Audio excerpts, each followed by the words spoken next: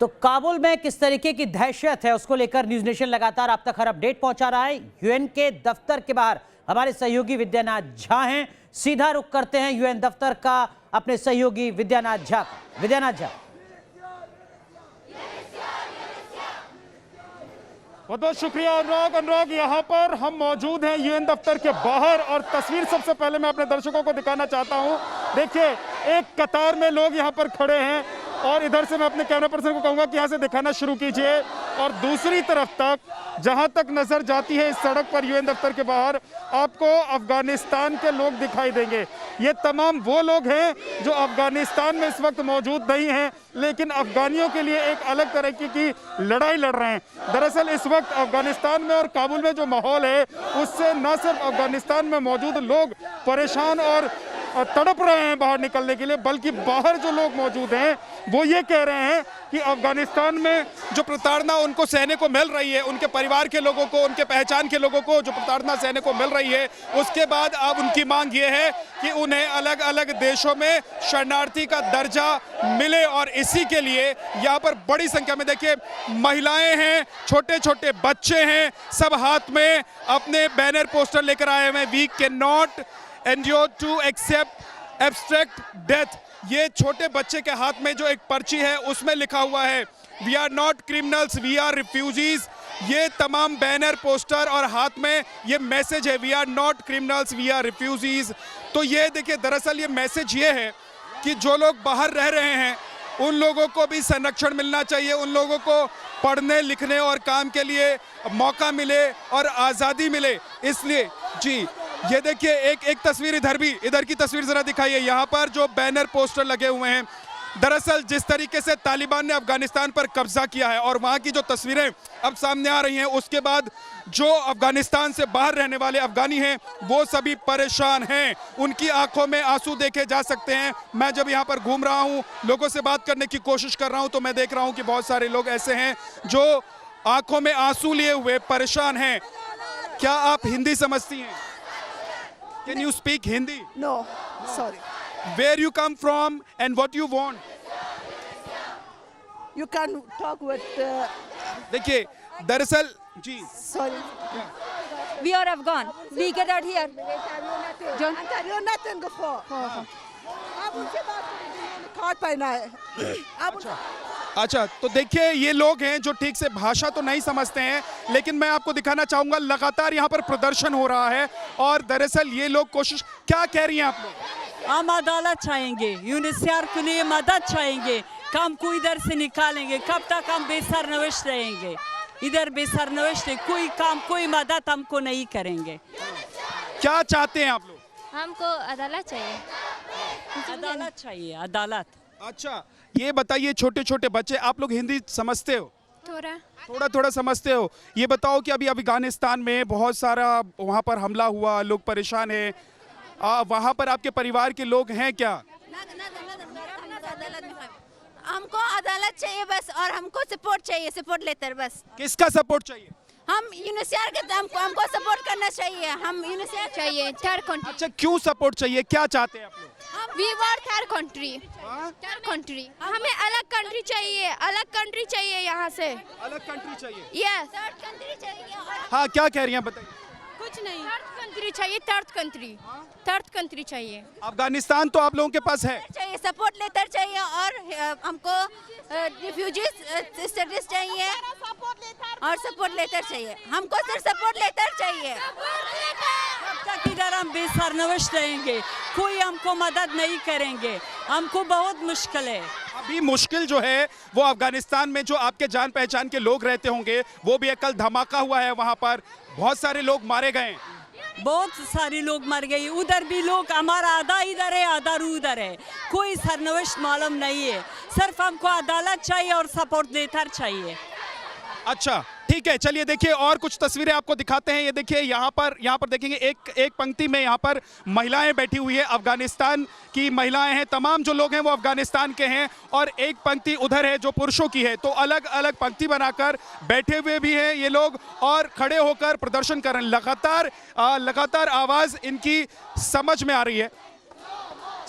रही है, और ये बात कम से कम हम समझ सकते हैं कि दरअसल इनकी जो मांग है वो अफगानिस्तान में इस वक्त जो हालात हैं उस हालात को देखते हुए। हमारे साथ दो खास मेहमान हैं, निसार अहमद नेता हैं अफगान डेमोक्रेटिक पार्टी के, और यशपाल सिंह है काबुल से लौटे भारतीय। यशपाल, मैं आपके पास आऊं उससे पहले निसार अहमद जी मैं आपके पास आना चाहता हूं।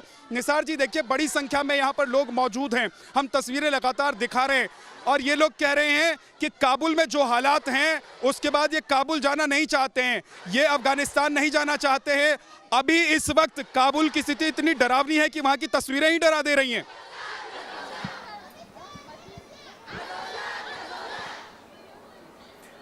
जी बिल्कुल, अफ़गानिस्तान रिफ्यूजी लोग कई 25-30 हज़ार लोग इधर रहते हैं, इन दिल्ली में हैं। ये वही लोग हैं कि तालिबान के डर से कई सालों पहले, जो तालिबान पावर में नहीं था, ये लोग तालिबान के डर से भाग गए आया इधर।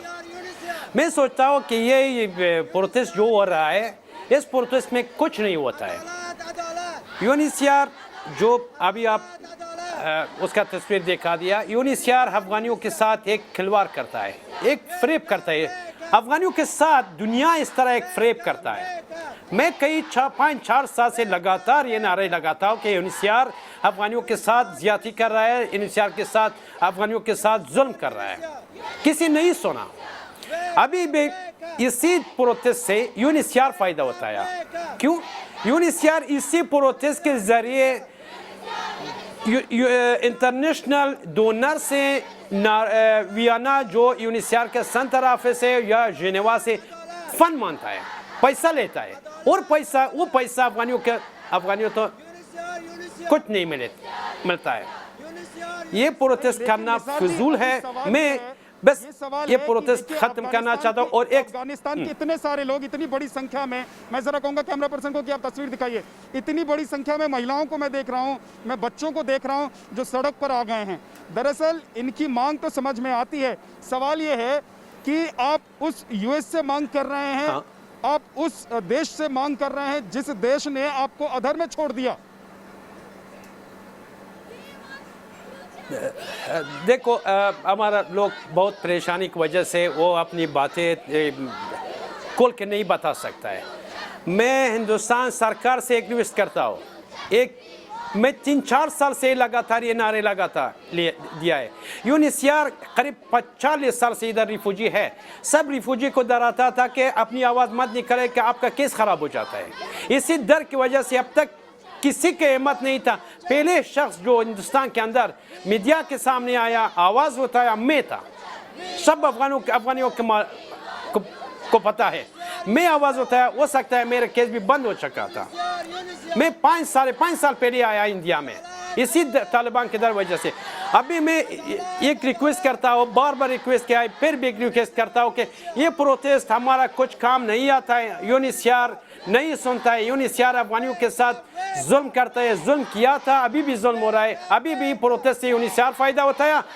हिंदुस्तान सरकार से रिक्वेस्ट करता हूँ कि जो फंड अभी आ रहा है यूएनएचसीआर ऑफिस के अंदर, प्लीज़ इसको इंक्वायरी करें, कोशिश करें कि आपकी निगरानी पर इसी पैसा अगर फंड आता है, इसी फंड रिफ्यूजी को मिल जाए। और साथ साथ जो लोग वीजा जारी किया रिफ्यूजी, मैं आपके पास लौट कर आता हूं। दरअसल यहाँ की जो आवाज़ है, मैं वो चाहता हूं कि लोग सुन पाए, समझ पाए। क्या नाम है आपका? उमर, ये बताइए कि आप लोग कह रहे हैं यूएनएचसीआर से की मदद करने के लिए। अभी तो हालात अफगानिस्तान में और काबुल में इतने ख़राब हैं कि सबसे पहले वहाँ फंसे हुए लोगों को निकालना बहुत ज़रूरी है। देखिए, अफ़गानिस्तान में जो चल रहा है, सालों से चल रहा है। हम तो उसी की वजह से जो हमारे ऊपर जो जुल्म चल रहा था, हम इधर आ चुके हैं। और जो उन लोगों के लिए भी सपोर्ट चाहिए और हमारे लोगों के लिए भी सपोर्ट चाहिए। ऐसा नहीं कि जो यहाँ पे लोग हैं, जो यहाँ पे महिलाएं, यहाँ पे फैमिलीज़ है, बच्चे हैं, सभी है, जो मैं हो यहाँ पे, हम यहाँ पे एजुकेशन नहीं है हमारे लिए, क्योंकि जो यूएनएचसीआर है हमें वो हेल्प नहीं करते हैं। जो आईडीज़ और जो पेपर्स ये देते हैं, 2 साल तक किसी फॉरेनर को ये लोग रख सकते हैं। 2 साल के बाद इन लोगों को कोई हक नहीं बनता है कि किसी को रख दे किसी देश में। लेकिन हम 8 साल, 9 साल, 10 साल, 15 साल से यहाँ पे रह रहे हैं। एक चीज़ बताइए कि अभी इतना बड़ा हमला हुआ और 3 आत्मघाती हमले हुए, मैं आपसे ये समझना चाहता हूँ कि आईएस का जो खुरासान मॉड्यूल है, उसने जिम्मेदारी ली है कि उसने ये हमला किया। अफगानिस्तान में इस तरह के हमले को आप लोग यहाँ से किस तरीके से देख रहे हैं? आप लोगों को क्या लग रहा है कि वहाँ पर जो लोग निकलना चाहते हैं वो भी अब असुरक्षित हो गए?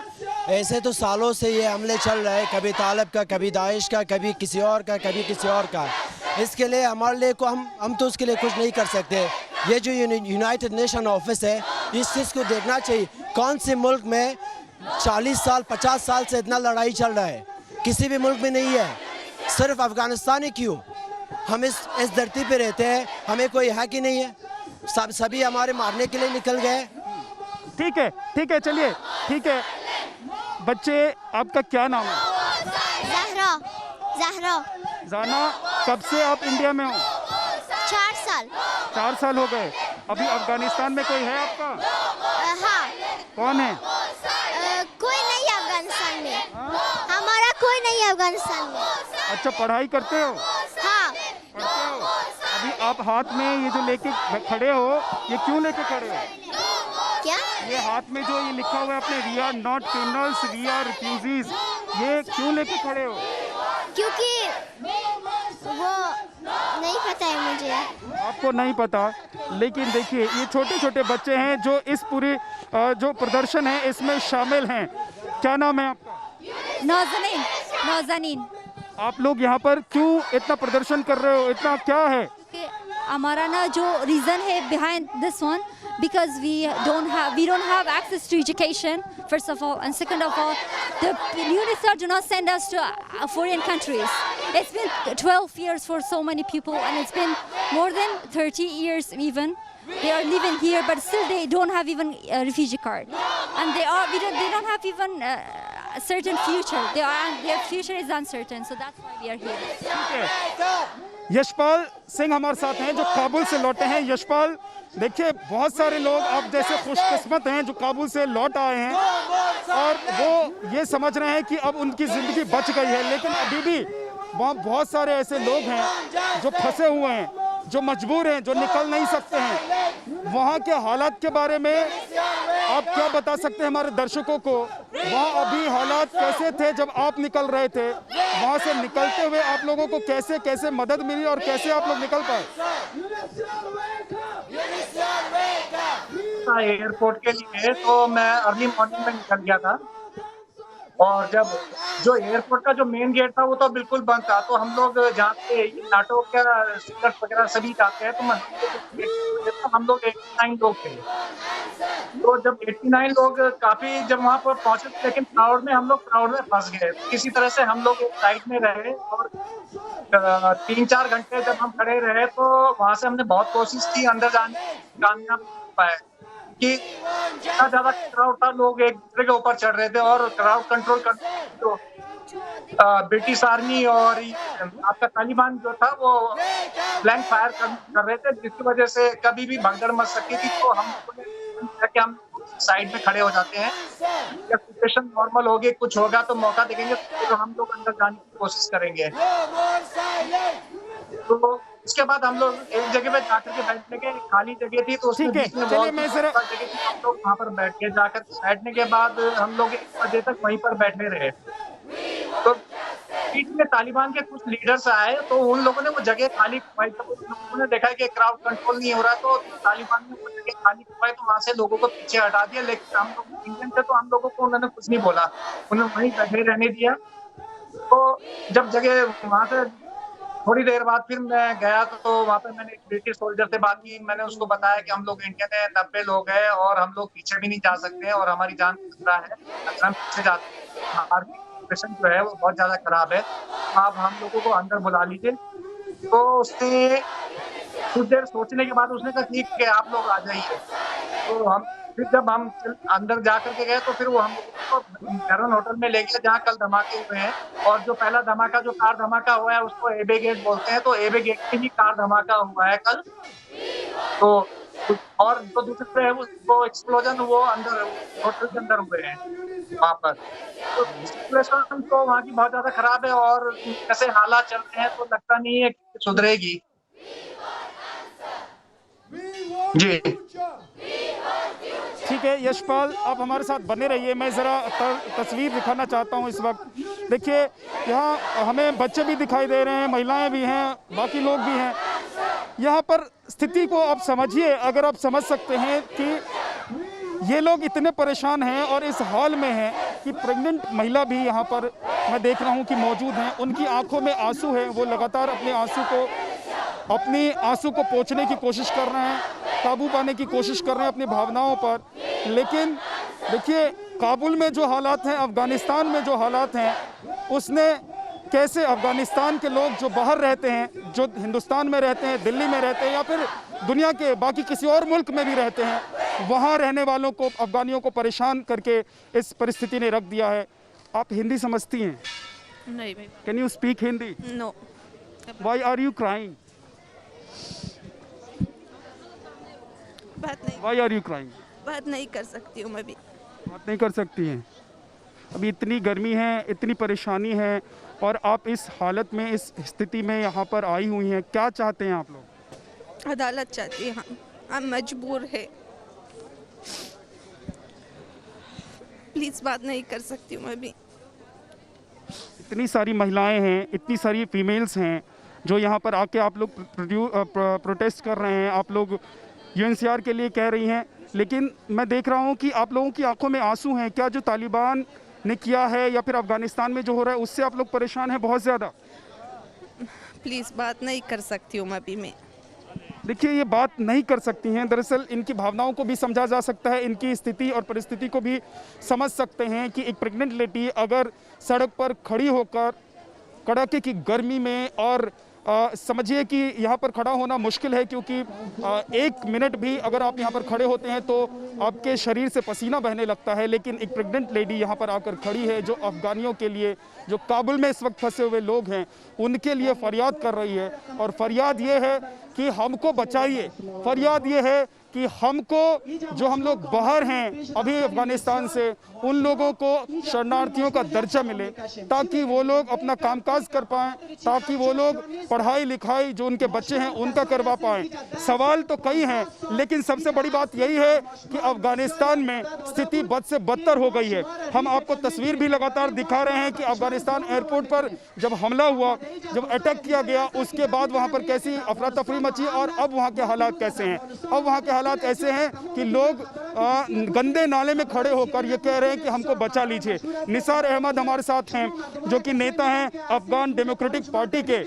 निसार साहब, मैं ये जानना चाहता हूँ आपसे कि इस वक्त जो अफ़गानिस्तान में लोग मौजूद हैं, जो काबुल एयरपोर्ट पर हैं, जो नाले में खड़े हैं, जो वहाँ से किसी भी हाल में तालिबान के चंगुल से निकल जाना चाहते हैं, उन लोगों के लिए अफ़गानिस्तान में इस वक्त क्या हो रहा है, उनको निकालने की कैसी कोशिश हो रही है?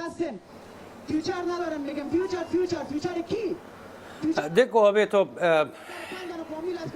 अफ़गानिस्तान के लोगों के लिए सारा दुनिया को चाहिए कि सब रो रहे हैं, रोने आता है, किसी हेल्प करने के लिए अफ़गानिस्तान लोग के लिए कोई नहीं सोचता है।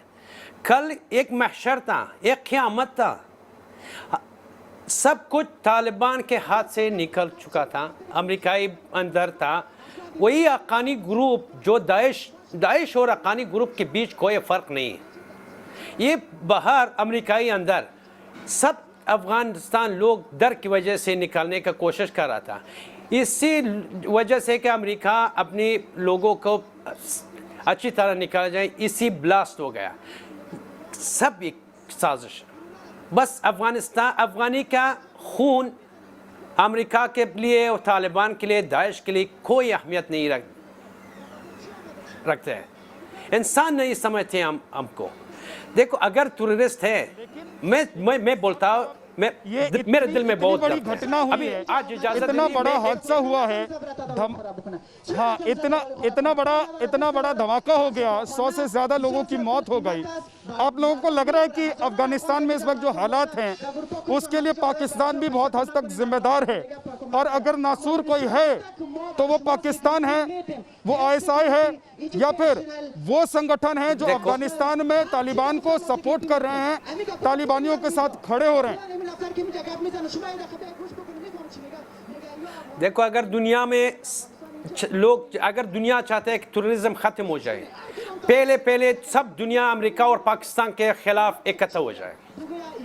टेररिज्म के जड़, टेररिज्म के सेंटर अमेरिका और पाकिस्तान है।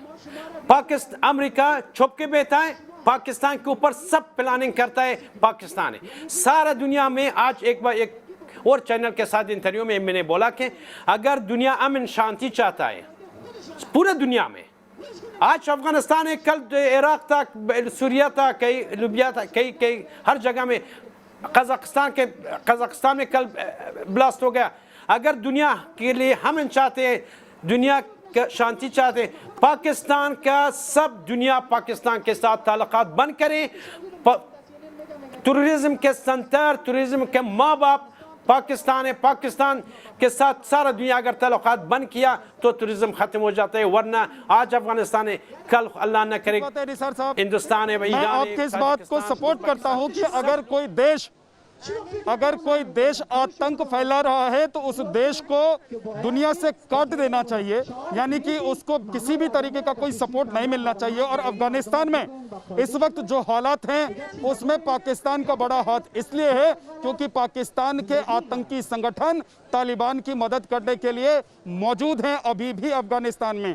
कुछ तो लौट रहे हैं क्योंकि काबुल पर तालिबानियों का कब्जा हो चुका है, तो वो लौट रहे हैं पाकिस्तान और पीओके के उन कैंपों में जहां पर आतंकी रहते हैं। लेकिन सवाल यही है कि बड़ी संख्या में जो लोग यहाँ पर मौजूद हैं, देखिए जो छोटे बच्चे यहाँ मासूम से बच्चे मौजूद हैं बैठे हुए हैं सड़क पर। दरअसल इन बच्चों के लिए, इन महिलाओं के लिए और सड़क पर खड़े इन सैकड़ों लोग जो अफगानिस्तान के हैं, मूलतः अफगानिस्तान के रहने वाले हैं लेकिन अभी अपने मुल्क में नहीं, अपने मुल्क से बाहर हैं, इनके लिए कौन खड़ा है और इनकी मदद कौन करेगा। और सवाल यह भी है कि इनके जो अपने अफगानिस्तान में काबुल में फंसे हुए हैं उनको बाहर लाने के लिए कौन खड़ा होगा।